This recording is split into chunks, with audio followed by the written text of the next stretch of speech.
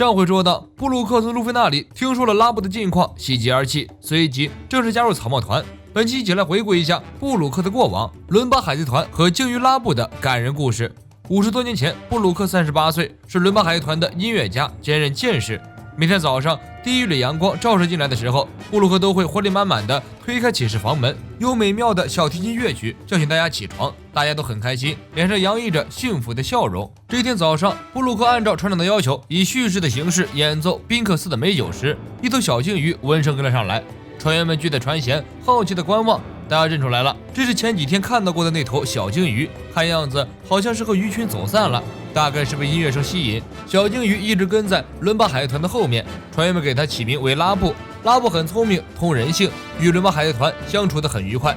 在伦巴海贼团与其他海贼团发生战斗的时候，拉布还会在水里接应落水的船员。不论严寒酷暑，不论春夏秋冬，不论白天黑夜，拉布紧紧跟随着海贼船一路前行。渐渐的，大家自然把拉布当成了海贼团的同伴。海贼团找到财宝，会和拉布一起分享喜悦。船员们会为了保护拉布与海兽开战，胆敢欺负拉布，我们不论是人是兽，我们都饶不了你。这些船员们，拉布和布鲁克的关系最好。布鲁克认为大概是拉布喜欢音乐吧，同伴们却开玩笑的说道，一定是因为你的爆炸头和拉布最像，让拉布不会认错人。回忆到这里，布鲁克的眼泪止不住的流。俗话说，天下没有不散的筵席。伦巴海贼团与拉布分别的日子来到了。伦巴海贼团的目标是伟大航路，但拉布太小了，还是个孩子。伟大航路凶险无比，他们无法带拉布去伟大航路，无法继续保护他。再见这2个字，所有人都很难说出口，只好让与拉布关系最好的布鲁克去和拉布谈。布鲁克乘坐升降板来到海面上，拉布满眼期待。布鲁克咬咬牙说道：“今天先不唱歌了，我们要谈一谈。虽然我们是伙伴，但你是鲸鱼，伟大航路是很危险的海域，那里有很多与西海无法相比的残暴生物。如果你是大鲸鱼的话，那就另当别论。”只是布鲁克语无伦次的想和拉布解释清楚，话还没有说完，就被拉布喷了一脸的水。布鲁克一身狼狈回到船上，告诉船长不行，他根本不听。船长也没有其他的办法，如果继续唱歌，只会让拉布更加依赖他们。没办法，船长最后想了一个无奈之策，全员躲起来，所有人不许和拉布对视，不能让拉布看到，也不能演奏任何乐器，直到拉布离开他们的海贼船。这个方法虽然残忍，但是也没有其他更好的办法甩掉拉布了。拉布一路跟着海贼团，因为没有见到伙伴而伤心的大哭。海贼团渐行渐远，拉布认为自己被抛弃了。夜晚，布鲁克实在忍不住，站在船尾，看着拉布消失的身影，眼泪流了下来。1周之后，伦巴海贼团终于来到了伟大航路的入口，这里狂风巨浪，船几乎都要被撕裂了，船舵也根本不受控制。船长下令，这样保持直行，绝对不能扬帆，我们一定要挺过去。暴风雨的前面就是伟大航路的入口了。船员们拼尽全力，在暴风雨中驾船冲浪。很快，他们就看到了灯光，从远处的一个灯塔上面发射出来。船长很兴奋，那是引导之光，标志着伟大航路的入口就在那里。终于到了这种关键时刻了，船长大喊：“船员回应道：“这1周都没有再见过拉布了。”船长低声和布鲁克说道：“虽然很残忍，但这也是为了他好。运气好的话，他应该可以回到鲸鱼群吧。兄弟们，做好准备了吗？向着世界最伟大的海域出发！”船员们齐时欢呼，海贼船顺利攀上颠倒山，一阵激流涌进之后，顺利的翻越红土大陆，来到了伟大航路。因为海贼船损坏比较严重，船长决定暂时停靠在灯塔岸边休整几天。接待伦巴海贼团的是灯塔守护人，也就是后来海贼王罗杰的船医库洛卡斯。他一脸冷酷，允许伦巴海贼团靠岸整顿，想停多久都行。只不过在他们停靠的这段时间，自己的伙食费必须由伦巴海贼团买单。船长爽快地答应了。库洛卡斯突然问道：“那个和你们一起来的鲸鱼是你们养的宠物吗？”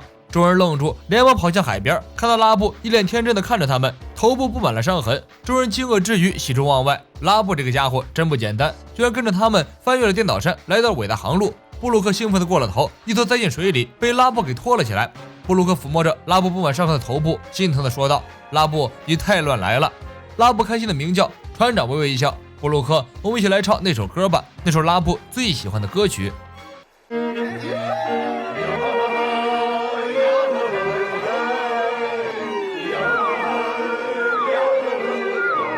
几天之后，海贼船修好了，布鲁克再次找到拉布，语重心长地告诉他，这次可不能像上次那样了，伟大航路太危险了，凭你那小小的身躯是根本不可能继续向前的。海浪拍打着礁石，拉布忧伤着看着布鲁克。布鲁克说道：“接下来要去的海域会发生什么，无法预料。那时要是你遇上什么危险，你认为大家会怎么做？大家一定会毫不犹豫地去救你吧？即使那会让我们伦巴海贼团全军覆没，请理解，拜托了，我也不想和你分开。可是船长走过来打断了布鲁克，拉布，等着我们，我们的船会沿着这片大海笔直的向前。所以拉布，我们会再次到达红土大陆的外部，然后再一次翻过这道墙，回到这个海峡，等着我们，最多也就是2-3年而已，那时候又能见到大家了。拉布听懂了船长和布鲁克的话，也理解了他们的良苦用心。这一次，他不再固执地跟在海贼船的后面，而是乖乖地等在原地，等着2-3年后的再次相聚。没想到这一等就是50年。拉布，我们一定会回来接你的。到那个时候，我们再一起去别的地方冒险吧。我们可是伙伴呀，我们一定会环绕世界航行1周，回到这里等着我们呀。伦巴海贼团离开双子海峡没多久，船长和10几名船员便感染上了瘟疫。这是一种未知的病毒，船医也无计可施，而且一旦医治失误，可能导致全团成员都会被感染。为了其他人的性命，船长决定自己留下来，和带着病毒的海贼船一起火葬在此地。船员们围在船长的房间里，送他最后一程。船长强颜欢笑，别这么伤感的叫我，世事难料，连哭泣的孩子都会笑出声音的伦巴海贼团的名声没有了，伟大航路越来越远了，我只能止步于此，和破旧的海贼船连同病原体一起火葬在这里。你们用新船继续前行，抱歉了大家，替我向拉布带好，别哭哭啼啼的，打起精神来呀！船员们泣不成声，船长依依不舍地仔细看着每一个伙伴的脸，努力将他们的样子印在心里，然后将他们赶出了房间，担心他们被病毒感染。布鲁克一个人站在房间的角落里，待其他人都离开后，他跪倒在船长的床前，船长一把抓住布鲁克的手，眼泪一下子涌了出来。无念だ。布鲁克哭道：“我记住你的话了，船长。虽然我们暂时分别，未来终会再见。”船长累了，命运至此，任何人也无力扭转。别再说命运掌握在自己手中这种话了。他们也想环游世界，他们也想称霸这片海域，他们也想回到家乡见一见自己的亲人。但是生与死，灾与难，富贵与平安，真的不由自己。船长最后跟布鲁克说的一句话是：“布鲁克，用我最喜欢的歌曲给我送行吧。”夕阳之下，船长连同海贼船在一片痛哭声中消失在了海平线。布鲁克和剩下的伙伴们找到了一艘新的海贼船，继续未完成的旅程。布鲁克任代理船长，依然每天早上活力满满的呼唤众人起床。今天又是期待满满的一天，加油活下去吧！因为你永远不知道意外和明天哪个先来，就像你渴望，但是永远却掌握不住自己的命运。布鲁克和伦巴海贼团到过许多地方，终于在魔鬼三角洲迎来了旅行的终点。在这里，海贼团遭遇了敌人的袭击，全团成员遭遇致命攻击。厚厚的乌云之下，不见天日。布鲁克挣扎着从甲板上爬起来，绝望地问道：“还有几个人活着的？”有几个伙伴站了起来，敌人们在武器上涂了剧毒，船医也死了，就算他们几个还有口气，也没有什么意义了。作为海贼，虽然做好随时去死的准备，可是始终有一个伙伴让他们放心不下，那就是拉布。伙伴们看向布鲁克，因为布鲁克吃了黄泉果实，应该是死不了的。布鲁克表示怀疑：“我也是第一次死，没什么经验，谁知道黄泉果实会不会起作用呢？反正都是死，不如开心点好了。”布鲁克拿出可以录音的音贝，看向大伙儿：“要不要唱歌呢？如果因为黄泉果实的力量，我真的能够复活，一定会把这个送过去，送给日复一日在那个海峡等着我们的伙伴拉布。”伙伴们强撑着打起精神，各自端起乐器，互相鼓气加油。在歌曲唱完之前，谁也不许倒下，让拉布听一下吧。伦巴海贼团一辈子一次的大合唱。布鲁克点点头，按下音贝的录音键，欢快的琴声响了起来。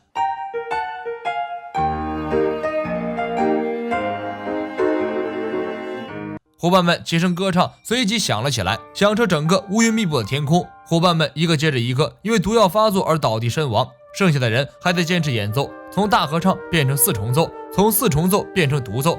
布鲁克一边流泪一边弹琴，歌声没有了，只剩下孤零零的钢琴声。船长当年那句话还在耳边回荡：想上我的船，一定要喜欢音乐，能让哭泣的小孩也能笑出声音的伦巴海贼团成立了。布鲁克泣不成声，突然钢琴声戛然而止，布鲁克倒在地上死去了。等他复活的时候，船上的伙伴们早已腐烂成了一具具白骨。布鲁克只能从衣着上大致分辨出伙伴们的身份。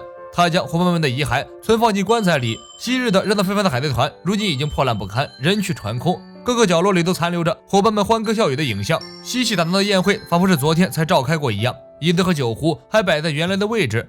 布鲁克寻遍了整艘海贼船，内心无比痛苦和凄凉。头脑中的热闹是最深的孤独，而深的骨髓中的孤独是最痛苦的折磨。